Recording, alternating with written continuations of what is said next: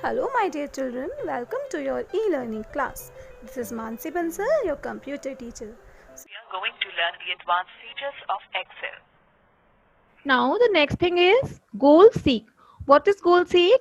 Goal seek is a wonderful feature for fixing a specific result for one cell by adjusting a value in another cell.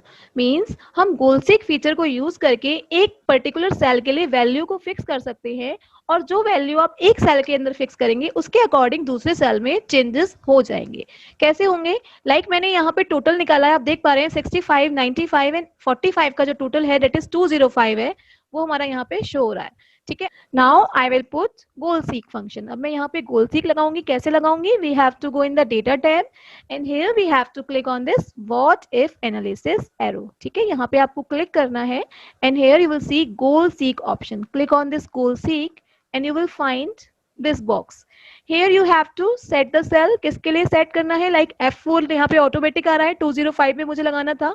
ठीक है, 205 को मैं चाह रही हूँ कि ये वैल्यू 300 हो जाए और 300 के अकॉर्डिंग कुछ चेंजेस होंगे किसमें? मैथ्स में. मैथ्स में उसके कितने नंबर आए कि उसका टोटल 300 हो जाए. सो हम यहाँ पे बाय चेंजिंग सेल में लेंगे E4, क्योंकि E4 में जो चेंजेस होंगे वो किसके अकॉर्डिंग होगी कि हमारा 205 300 बन जाए. तो आप यहाँ गोल सीख लिया हमने and then these values we have entered and click on okay and you can see हमारे जो वैल्यूज है ये चेंज हो गई हैं. जो हमारी वैल्यू मैथ्स में थी वो चेंज हो गई है. इतनी चेंज हो गई है कि हमारा जो ये वाला सेल था इसमें 300 वैल्यू आ गई है. So this way we can change and adjust the values in one cell according to the another cell. ठीक है, using the goal seek function. Now the next thing is consolidating data. Consolidation refers to combining of data. We can combine data of various ranges either in the same worksheet or in the other worksheet. Means हम अपनी worksheets जो अलग अलग हैं, like sheet 1 में मेरे पास ये data लिखा हुआ है एंड शीट 2 में मेरे पास ये डेटा लिखा हुआ है. इन दोनों डेटास को मैं कंबाइन करके शीट 3 में ला सकती हूँ using this consolidation data option. Like मेरे पास यहाँ पे फर्स्ट क्वार्टर सेल्स पड़ी हुई है कुछ कंपनीज की. फर्स्ट क्वार्टर सेल्स 2014 की यहाँ पे शीट 1 में डिस्प्ले है. ठीक है, शीट 2 में हमारी फर्स्ट क्वार्टर सेल्स 2015 की डिस्प्ले है. अलग अलग सेम कंपनीज थी, उनकी 2015 में ये सेल हुई है एंड 2014 में ये सेल हुई है.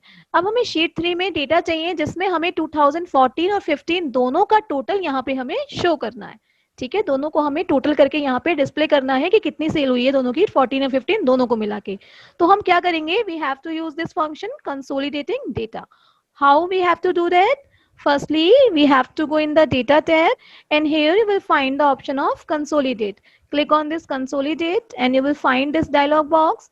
Here you will write the name of the function which you want to use. Like मैं sum function use करूंगी क्योंकि मुझे total करना है, दोनों को sum करना है, first quarter sales 2014 and 15 को. तो मैं यहाँ sum function लूंगी. References में हम बताएंगे कि हमें किन चीजों का टोटल करना है, सम किन चीजों का करना है.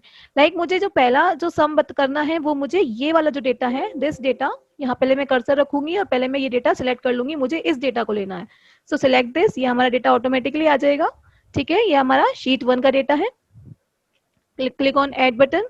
ठीक है, शीट 1 के अंदर हमारा ये डेटा ऑलरेडी इसका एड्रेस यहाँ पे आ गया है. Now click on the sheet 2 और हमारा ये दूसरा डेटा है जो हमको ऐड करना है.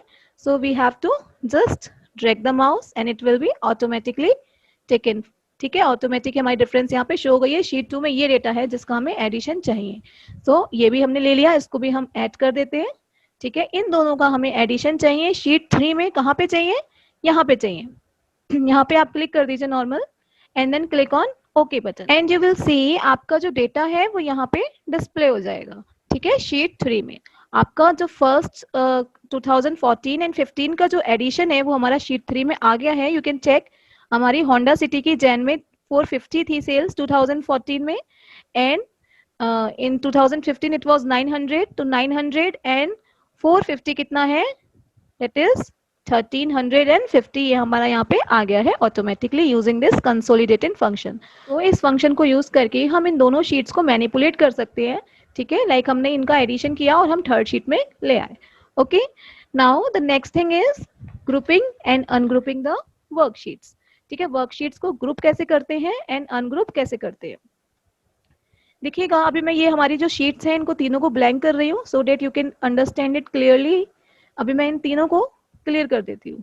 आई एम क्लियरिंग एवरीथिंग, जो whatever is written everything would be blank. Now you can see these all sheets are blank. ठीक है। Now how to group the worksheets? हमारे जो ये sheets हैं इनको हम ग्रुप कर सकते हैं। कैसे करते हैं group? We have to hold down the shift key. हमें कीबोर्ड पे shift key को प्रेस करके रखना है and then we have to click on the another sheet.